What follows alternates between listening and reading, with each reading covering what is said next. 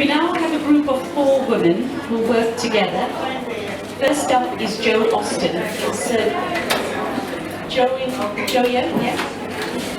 So Jo was born in Stoke-on-Trent and lived and worked here the majority of her life.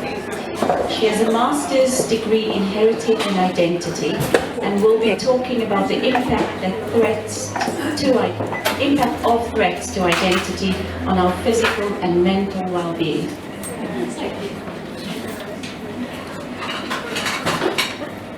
So I'm going to be talking about this. I'm genuinely interested in people.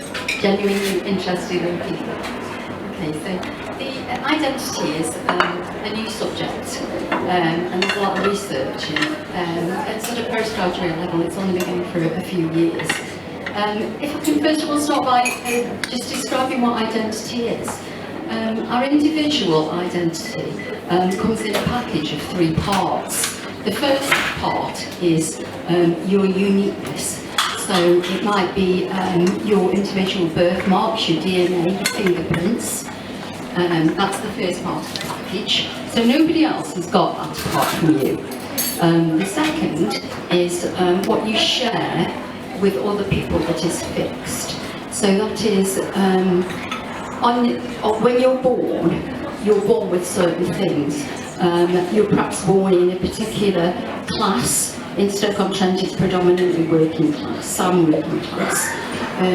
You're born within a race, and you're born on a particular day, and you share these things with people, and you're born into a particular gender. So that's the second one. You share that with people, but it is fixed. The third one is what you share with people that you choose.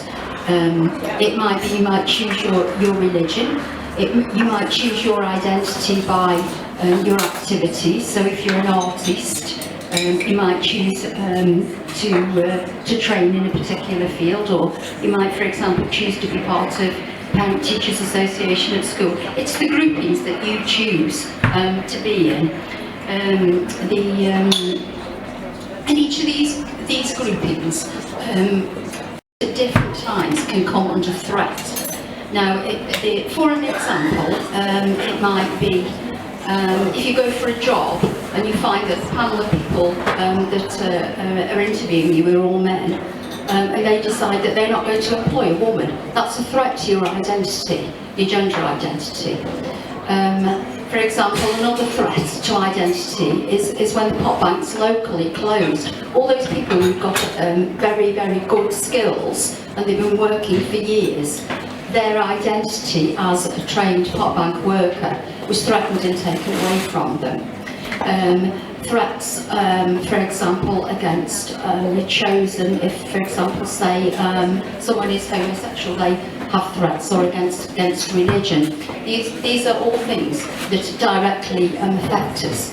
We've got different strategies for coping with them, and it might well be that our strategy is to educate the person who's attacking sort of our sort of concept.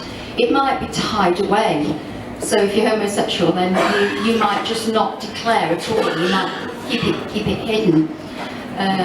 Another thing is to abandon your past identity. It might be that you're going to give up something.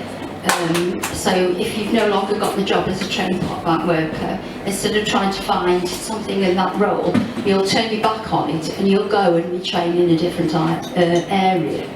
So these are the different strategies, and as well, when some of our identities are threatened, we try and take on new identities to retain the balance within self. We've got, when we are threatened, certain things happen to us.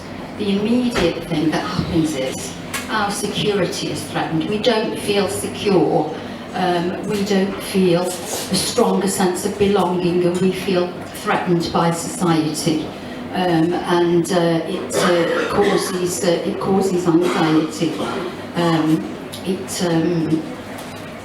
directly affects our well-being, in that anxiety depression is caused because we're not safe in our environment.